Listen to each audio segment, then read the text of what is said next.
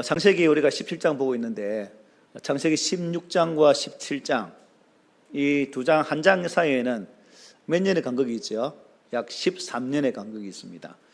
하나님께서 아브라함 그리고 사라의 관계를 통해서 지속적인 언약의 말씀을 베푸셨지만 아브라함과 사라는 하나님의 약속의 말씀을 온전히 신뢰하지 못하고 결국 인간적인 방법, 자신들의 계획으로 후사를 이으려고 이스마엘을 낳게 되어지는 장면이 16장에 있었고, 이제 17장에서 하나님께서는 그 아브라함에게 나타나셔서 다시금 약속의 말씀을 주시고 그들이 하나님의 거룩한 언약 앞에 바로 서기를 소망하면서 그들에게 다시금 할례라는 그 약속의 말씀을 통해서 하나님은 그들의 하나님이 되고 또한 이스라엘 백성들이 곧 그들의 하나님의 백성이 된다는 말씀으로 주고 있는 것을 보게 됩니다. 여러분, 아브라함과 사라 이제 이스마엘을 낳고 삶의 기분이 어땠을까요? 아마 제가 생각에는 아마 행복했을 것 같아요. 참 꿈에도 그리던 아들을 낳았고 그 아들과 함께 매일매일을 행복한 삶을 살았을 것으로 보여집니다. 성경은 없지만 아브라함이 계획 속에 그들의 삶을 온전히 이루어가지는 그 모든 계획들 속에서 참 삶이 있는 것이구나, 이것이 참 행복이구나 는 것을 많이 느꼈을 거예요. 그런데 문제는 뭐냐면 참 이들이 자신들의 계획 속에서 삶을 살아가는 데 있어서 참 행복하고 즐거웠고 이스마엘이 1살, 2살 나이 먹어가는 그 모습을 보면서 참 뿌듯했겠지만 왠지 모르게 가슴 한켠에 남아있는 불안함, 왠지 편치 못한 그 마음이 그들 가운데 있었다는 겁니다. 왜일까요? 아브라함과 사라 두 사람은 13년이란 긴 시간 동안 하나님과 교제를 하지 못했다는 거예요. 매일매일 하나님께 예배드리며 하나님 교제하면서 하나님 뜻을 따라서 살았던 그 가족이 13년 동안 철저하게 침묵하시는 그 관계 속에서 지금 삶의 자리는 행복하지만 왠지 모르게 불안이 엄습해 온 이유는 하나님과의 관계가 단절되었다는 것입니다. 비단 이것이 아브라함의 가정의 문제가 아니라 오늘 우리 인생의 삶을 살아가는 우리 모두에게 동일하게 적용되어지는 문제죠.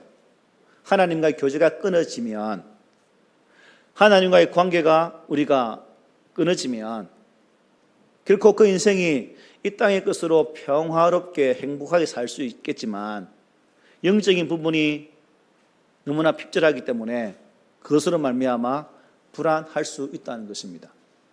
그러므로 우리의 삶이 불안이 아니라 염려가 아니라 근심이 아니라 진정한 평안의 복을 누리기 위해서는 하나님과의 관계가 온전히 회복되어져야 된다는 사실을 16장, 17장 이 여간의 말씀을 통해서 우리가 발견하게 된다는 사실입니다. 이렇게 한쪽은 행복하고 한쪽은 불안한 참 그 삶을 이어가는 중에 어느 날 하나님께서 우리 지난주에 보았던 것처럼 아브라함을 찾아오셨습니다. 13년의 침묵을 깨뜨리시고 아브라함에게 나타나셔서 하나님은 당신 자신을 어떻게 말씀하셨죠? 나는 전능한 하나님이라 말씀하셨어요. 전능한 하나님. 왜 하나님께서 13년 만에 등장하셔서 아브라함에게 전능한 하나님이라고, 즉 당신 자신이 전능한 자라고 이렇게 말씀했을까요? 전능은 모든 것이 가능한, 불가능이 없는 그런 하나님의 속성을 의미하죠. 사랑, 은혜, 자비, 많은 하나님 속성 가운데 왜 굳이 13년 차에 전능한 하나님, 당신 자신의 속성을 이렇게 선포하시면서 등장했을까? 아브라함은 이제 100세를 앞두고 있습니다. 99세. 사라는 90세를 앞두고 있는 89세입니다. 인간의 가진 능력으로는, 인간의 힘으로는 어떠한 방법을 동원한다 할지라도 애쓰고 수고하고 노력하는 그 삶을 살지라도 이제 인간의 힘으로는 도저히 후사를 이을 수 없는 그러한 바로 그때 하나님께서 그들을 찾아오셔서 또 하시는 말씀이 너는 내 앞에서 행하여 라고 말씀하고 있죠. 내 앞에서 온전히 행하라. 자신들의 삶의 자리에서 자신들이 이끌어가는 삶의 모습이 아니라 하나님 앞에서, 거룩하신 하나님 앞에서 완전히 행하여 행동하라고 말씀하셨다는 겁니다. 결국 이 부르심은 모든 것이 가하신 하나님 앞에서 이 아브라함 부부에게 구별되어진 거룩한 삶을 살아내라고 하나님은 지금 우리에게 말씀하고 있는 거죠. 아브라함에게. 결국 이 말씀은 오늘 우리들에게도 동일하게 적용되어지는 거죠. 삶의 자리가 힘들지라도 하나님의 그 은혜와 사랑 가운데서도 우리가 그 사랑을 알고 있으면서도 불구하고 하나님이 아닌 다른 그것으로도 살려고 애쓴다는 거죠. 그럴 때 세상의 물질 앞에, 권세 앞에, 명예 앞에서가 아니라 완전하신, 전능하신 하나님 앞에서 우리가 거룩한 삶으로 살아가야 된다는 거죠. 하나님이 저와 여러분들에게 주셨던 이 말씀은 결국 오늘 본문에서 지난주도 말씀했지만 계속해서 아브라함과 그 당대와 그 후대까지 계속 이어져야 할 말씀이기 때문에 우리에게도 통일하게 적용되어지는 말씀이죠. 그래서 하나님께서는 계속해서 아브라함에게 내 후손을 번성시켜 주겠다라고 말씀하시죠. 그리고 그 약속해 주신 말씀을 주시면서 아브라함과 사라의 이름을 개명시켜 주셨습니다. 아브라함은 아브라함으로, 사라는 사라로, 즉 열국의 아버지와 열국의 어머니로 그 이름을 바꿔주셨다는 겁니다. 그래서 이들을 통해서 나라들과 민족들과 왕들이 태어나게 할 것이고 또한 그들의 후손 또한 내가 너희들의 하나님이 되어주겠다라는 약속의 말씀을 주셨어요. 그들이 거하던 그 가나안 땅 또한 너희의 기업이 되게 주겠다라고 하나님은 말씀해 주셨습니다. 다만 한 가지 무엇일까요? 하나님 앞에서 구별되어진 삶, 거룩한 제물되어진 삶을 살아가라는 겁니다. 예수 믿는 사람으로 우리가 우리의 삶을 사는데요, 참 예수 믿는 자로 삶의 자리에서 참 예수 믿는 자로서의 향을 내는 삶을 살기가 여러분 어때요? 쉬워요? 어려워요? 결국 쉽지는 않을 겁니다. 어떤 때는 내가 예수 믿는 것조차도 숨기고 싶을 때도 있을 겁니다. 하지만 아브라함에 나타나신 하나님의 이 모습은 뭐냐면 너의 삶의 자리에서 나를 나타내라는 거거든요. 하나님을 나타내는 삶이거든요. 그러므로 우리가 예수 믿는 것을 나타내면 어느 정도 손해가 되고 또한 그것을 통해서 여러 가지 불이익이 온다 할지라도 우리는 삶의 자리에서 예수를 나타내는 그러한 그리스도인들로 살아가야 될 줄 믿습니다. 결국 이게 순종이죠. 하나님은 아브라함에게 네가 순종하면 네 후손도 나의 복으로 채워준다라고 약속을 해주셨다는 겁니다. 그리고 이어지는 말씀이 오늘 9절입니다. 9절에 이렇게 말씀하죠. 하나님이 또 아브라함에게 이르시되 그런즉 너는 내 언약을 지키고 내 후손도 대대로 지키라 말씀합니다. 본질적으로 이 약속은 하나님 편에서 주어지는 일방적인 약속입니다. 여호와께서 모든 조건을 당신의 뜻대로 규정을 하고 계세요. 동시에 아브라함은 여호와께서 규정한 조건을 성실하게 지켜야 할 의무가 있는 겁니다. 그의 후손도 마찬가지죠. 우리들도 예외일 수가 없습니다. 그때 비로소 그 약속을 지킬 때 무엇이 성취되는 거예요? 하나님의 약속이 나의 삶 가운데에 이루어진다는 사실입니다. 그리고 그 약속은 내 당대에 끝나는 것이 아니라 후대까지 영원히 이어진다라고 본문은 우리에게 분명히 증거합니다. 아브라함은 여호와께서 언약을 경신해 주신 이후에 한결같이 그 마음을 유지하려고 애를 쓴 것 같아요. 순종했다는 의미가 바로 거기 포함되어 있죠. 무려 100살에 낳은 아들을 창세기 22장에 가면 어떻게 합니까? 하나님 말씀에 의지해서 제물로 드리려고 나가는 모습. 13년 만에 만난 하나님, 네가 내 앞에서 완전히 행하라고 하신 그 말씀을 받고 계속 경신되어진 약속의 말씀에 따라서 아브라함은 우유부단한 믿음의 조상이 아니라 아마 이때부터 하나님과 초지일과 동행하는 그런 거룩한 삶을 살은 것으로 보여집니다. 여러분, 오늘 9절에 보면 지키라는 말씀, 지키다라는 말씀이 있습니다. 여기 지키고, 이 말씀은 준수하라는 거죠. 주의 깊게 행하라는 겁니다. 따라서 이 본문의 의미는 아브라함과 그 후손의 가나안 땅을 얻기 위해서는 반드시 주의를 기울이고 집중해서 약속의 말씀을 실천해야 된다는 의미가 담겨 있어요. 그런 측면에서 우리 하나님은 오늘 이 시간에도 우리 안에 계셔서 우리에게 이 말씀을 주시고 우리 안에 이 말씀을 통해서 하나님의 은혜의 약속들이 이루어지기를 소망하고 계시다는 겁니다. 하나님의 소망하심, 하나님의 갈망은 그가 택한 백성들이, 그가 택한 자녀들이 말씀의 순종의 삶으로 나아가는 그 삶의 자리를 보고 싶어 한다는 겁니다. 어떻습니까? 내 삶을 통해서, 나의 삶의 자리를 통해서 하나님이 기뻐하실 그런 모습으로 메사가 주의하고 조심하고 말씀을 이루기 위해 수고하는 삶을 잘 살아내고 계신지요? 그렇게 살아가시기를 소망합니다. 따라서 오늘날 우리 성도들 역시 그냥 나는 예수 믿는 사람입니다, 교회 다니는 사람입니다 라는 그러한 표시만, 흉내만 내는 것이 아니라 뚜렷한 신앙의 모습을 보여주고 나의 삶의 자리에 나는 하나님의 사람인 것을 증거하면서 믿지 않는 사람들이 당신은 참으로 하나님 믿는 사람입니다라고 칭송받는 그 자리까지 나아가시기를 부탁을 드립니다. 예전의 말씀 10절 11절에 이렇게 말씀해요. 너희 중 남자는 다 할례를 받으라. 이것이 나와 너희와 너희 후손 사이에 지킬 내 언약이니라. 너희는 포피를 배워라. 이것이 나와 너희 사이의 언약의 표징이다라고 말씀해요. 나는 물론 후손들의 생명까지도 오직 여호와께 달려있는 그러한 말씀입니다. 여호와께서는 아브라함에게 당신과의 언약을 지키겠다는 표시로 뭘 행하라고요? 할례를 행하라고 명령을 하십니다. 진정한 의미의 할례는 몸이 아니라 어디 하는 거예요? 우리의 마음에 하는 거죠. 마음에.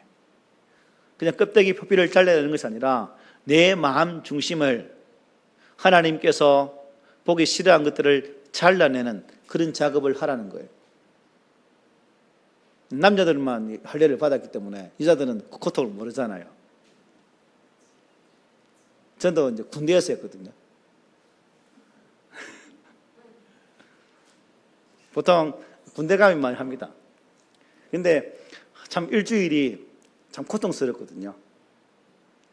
제일 고통스러울 때가 이제 첫날 마취가 풀릴 때 그때 죽습니다. 왜 하나님께서 이런 일을 우리 육체에 보이게 하셨는가? 볼 때마다 뭘 하라는 거예요? 하나님의 약속을 기억하라는 거예요. 단순히 돌에 새겨진 그 돌비를 바라보고 하나님 기억하는 것이 아니라 내 삶, 내 속에 있는 그것을 보면서 단순히 육체의 껍데기를 벗기는 것이 아니라 내 마음의 껍데기를 벗기고 하나님 앞에 순종치 못한 그러한 부분을 도려내면서 그 마음으로 하나님 앞에 서라고 이 말씀을 주는 거죠. 그래서 할례는 우리 육신의 껍질을 벗기는 것이 아니라 내 마음에 행하는 것이다. 그러므로 우리 여자 성도도 마찬가지죠. 마음은 할 수 있는 거잖아요. 마음은. 여러분 중심은 할례 받을 수 있는 거예요. 내 중심 속에 하나님께 합당한 무서기까지 잘라내는 그 작업들을 행하게 되어질 때에 비로소 우리는 하나님의 약속의 말씀 앞에 설 수 있다는 겁니다. 마음의 할례를 행한 믿음의 사람들에게는 영원한 생명이 뭘로 주어져요? 선물로 주어지게 되는 겁니다. 이어지는 본문 12, 13절 보십시오. 너희의 대대로 모든 남자는 집에서 난 자나 또는 너희 자손이 아니라 이방 사람에게서 돈으로 산 자를 막론하고 난 지 8일 만에 할례를 받을 것이라. 너희 집에서 난 자든지 너희 돈으로 산 자든지 할례를 받아야 하리니 이에 내 언약이 너희 살에 있어 영원한 언약이 되려니와 라고 말씀하죠. 모든 남자는 누구나 다 할례를 받아야 했다는 겁니다. 예외는 있을 수 없다는 것이죠. 구원과 생명과 하나님 나라에 대한 언약은 보편적이죠. 누구나에게 다 해당됩니다. 할례도 마찬가지죠. 남자로 되었지만 결국 이것은 누구에게나 해당되는 겁니다. 너희 살에 있다라는 표현은 할례 의식을 통해서 육신의 살에 새겨진 그 언약의 징표를 보고 하나님의 언약의 내용을 마음속 깊이 새기라는 뜻이 담겨 있습니다. 그러므로 여호와의 언약은 반드시 우리의 가슴에 잘 새겨져야 됩니다. 우리의 뇌리에 잘 박힌 못처럼 박혀진 그 말씀으로 살아가야 된다는 거죠. 하나님은 언약에 참 신실하신 분이시지만 우리는 참으로 연약한 존재죠. 하루에도 여러 번 내 말도 지키지 못하는 그런 실수를 행할 때가 참 많습니다. 하나님 말씀대로 살고자 애쓰지만 눈앞에 보여지는 현상 때문에 그대로 살아가지 못할 때도 참 많습니다. 우리 현실은 언제나 자신의 수단, 자신의 방법을 앞세울 때가 많다는 거죠. 그러니까 성경은 주구장창 항상 하나님의 말씀을 앞세우고 그 말씀대로 살 것을 계속 당부를 해주고 있다는 겁니다. 여러분, 주일날 예배 시간에 말씀을 들을 때마다 여러분들은 뭘 생각하는지 모르겠습니다. 왜 묻냐면 제가 예배 드리면서 한번 딱 살피잖아요, 얼굴을요. 그래서 살피면 어떤 분들은 뭘 생각하는지 도무지 감이 안 잡혀요. 저분이 말씀을 듣고 있는 건지, 그리고 아니면 진짜 말씀 속에 쏙 들어와서 그 말씀 속에서 완전히 비몽사몽인지 어떻게 이해는 되시죠? 네. 이해 안 되면 저한테 찾아오세요. 물어보세요. 그래서 하나님은 계속 이어지겠습니다. 쓸데없는 소리 죄송합니다. 그래서 하나님께서는 이 언약을 통해서 하나님의 할례를 통해서 하나님의 표징을 삼으라고 말씀해 주고 있습니다. 특별히 여러분 14절에 보시면 할례를 행하지 않으면 어떻게 된다고 말씀하고 있어요? 언약 백성에서 끊어진다 말해요. 할례를 받지 아니한 남자 곧 그 포피를 베지 아니한 자는 백성 중에서 끊어지리니 그가 내 언약을 배반하였기 때문이다 라고 말해요. 약속을 안 지키는 것을 배반이라고, 할례를 행하지 않은 것이 하나님께 배반을 행한 것이라고 말씀합니다. 결국 할례의 참된 의미는 육체에 보이는 표시가 아니라 그 표징이 주어지는 의미들을 마음에 잘 새기고 그대로 살겠습니다 라고 고백하는 자리까지 나가게 됨을 깨닫게 됩니다. 로마서 2장 28절 29절 보면 이렇게 말씀해요. 무릇 표면적 유대인이 유대인이 아니요 표면적 육신의 할례가 할례가 아니니라. 오직 이면적 유대인이 유대인이며 할례는 마음에 할지니 영에 있고 율법 조문에 있지 아니한 것이라고 말씀했어요. 그리고 예레미야 선지자는 예레미야 4장 4절에서 이렇게 외칩니다. 유다인과 예루살렘 주민들아, 너희는 스스로 할례를 행하여 너희 마음 가죽을 베고 나 여호와께 속하라. 그리하지 아니하면 너희 악행으로 말미암아 나의 분노가 불같이 일어나 사르리니 그것을 끌 자가 없으리라고 말씀했어요. 스스로 마음의 할례를 행하고 여호와께 속하라고 외치고 있죠. 그렇지 않으면 다시는 돌이킬 수 없는 불같은 진노가 임한다는 거예요. 누구도 끄지 못하는 그런 하나님의 진노가 임하게 된다는 겁니다. 그리고 예레미야 9장에 보면 이렇게 말씀해요. 여호와의 말씀이니라. 보라, 날이 이르면 할례 받은 자와 할례 받지 못한 자를 내가 다 벌하리니 곧 애굽과 유다와 에돔과 암몬 자손과 모압과 및 광야에 살면서 살적을 깎은 자들에게라. 무릇 모든 민족은 할례를 받지 못하였고 이스라엘은 마음의 할례를 받지 못하였느니라고 말씀합니다. 아무리 육체의 할례를 행해도 마음의 할례를 받지 않으면 할례를 받지 못한 이방인들과 똑같다라고 말하고 있어요. 똑같다. 우리가 예수를 믿을지라도 진실로 예수 그리스도를 나의 구주로 영접하지 못하고 그분을 내 마음의 중심에 두지 못하면 우리는 불신자와 똑같다 하는 겁니다. 마음으로 할례를 행하는 것이 뭡니까? 하나님, 이제는 더 이상 내 힘으로는 할 수 없습니다. 하나님이 아니면 나의 믿음의 삶을 살아갈 수가 없습니다. 하나님께서 내 삶을 인도해 주셔서 붙드셔야만이 나는 이 길을 걸어갈 수 있습니다. 성령 하나님께서 내 삶을 주장하지 아니한다면 나는 어찌할 수 없는 연약한 존재입니다. 하나님이 내 삶의 전부가 되어 주십시오라는 고백이 마음의 할례 속에 있다는 겁니다. 전적인 자신 부인이죠. 자기 부인이죠. 나를 철저하게 내려놓고 자기를 부인하면서 오직 십자가 예수 그리스도를 앞세우는 거룩한 삶을 살아가는 것이 마음의 할례를 행하는 삶이라는 거예요. 이렇게 마음의 할례를 행하면 어떻게 되죠? 어떻게 됩니까? 점심시간 상추 많이 드신 분들 잠자지 마시고. 자, 우리 함께 읽어보겠습니다. 신명기 30장 한 개 지나갔네요. 네, 죄송합니다. 전 저식 읽을게요. 신명기 30장 기록은 이렇게 말해요. 내 하나님 여호와께서 내 마음과 내 자손의 마음에 할례를 베푸사 너로 마음을 다하며 뜻을 다하여 내 하나님 여호와를 사랑하게 하사 너로 생명을 얻게 하실 것이며 라고 말씀합니다. 마음의 할례를 행하면 어떻게 해요? 하나님을 마음을 다해 뭐하게 된다? 사랑하게 된다는 겁니다. 사랑하게 된다. 하나님 사랑하죠? 진짜죠? 여러분 마음 할례를 행하셨나 봅니다. 자, 그렇다면 어떻게 하면 우리의 마음에 이런 할례가 행해지는 것일까요? 어떻게 하면? 에스겔서 말씀을 함께 읽어볼게요. 시작. 또 새 영을 너희 속에 두고 새 마음을 너희에게 주되 너희 육신에서 굳은 마음을 제거하고 부드러운 마음을 줄 것이며 또 내 영을 너희 속에 두어 너희로 내 율례를 행하게 하리니. 아멘. 성령이 우리의 마음을 새롭게 하고 성령이 우리의 마음에 부어질 때 굳은 마음이 지하여지고 하나님을 사랑하게 되어지고 그 하나님 임재를 사모하는 그러한 마음이 된다는 겁니다. 즉, 내 안에 있는 뭘 제거하라는 거예요? 굳은 마음. 굳은 마음은 뭘까요? 하나님께서 싫어하시는 모든 것들, 하나님을 따르고자 하지 않는 그러한 불순종의 마음들, 하나님의 그렇게 말씀을 신뢰하지 못하는 그러한 믿음 없는 나의 모습들, 그것을 제거할 때 성령이 온전히 부어져서 은혜 충만한 삶으로 살아갈 수 있다는 것이 에스겔서의 말씀입니다.